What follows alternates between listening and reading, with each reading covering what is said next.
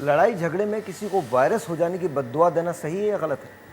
دیکھیں مناسب نہیں ہے، کوئی بھی بد دعا ہو کسی بھی انسان کے لیے، ایک مسلمان دوسرے مسلمان کو بد دعا نہیں دے سکتا، اور ویسے بھی کسی کے اس سے وائرس لگ جائے یا وہ لگ جائے وہ تو نہیں ہے، لیکن البتہ حضرت علی کا فرمان ہے کہ ہر جانور کا جو زہر ہے اس کے منہ میں ہوتا ہے، لیکن انسان کا اس کی زبان میں ہوتا ہے جب وہ الفاظ ادائیگی کرتا ہے، وہ الفاظ سے بچیں، ایسے الفاظ نہ ہوں، لیکن ایسے الفاظ استعمال نہیں کرنے چاہیے جس سے کسی دل آزاری ہو۔ اچھا، کسی نے آپ کے ساتھ بہت برا کیا تو کیا آپ اسے بد دعا دے سکتے ہیں؟ دیکھیں جب انسان بہت برا ہونے کے بعد بھی بہت اچھا کرتا ہے تو یہ اخلاقی شکست ہوتی ہیں کہ آپ اس کو بد دعا دینے سے بہتر ہے کہ آپ دعا کریں۔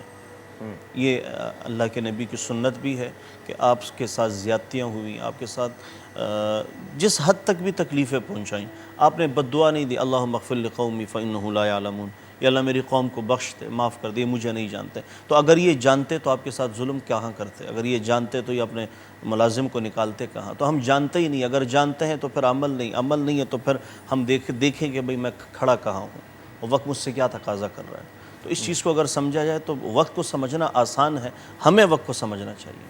اوکے۔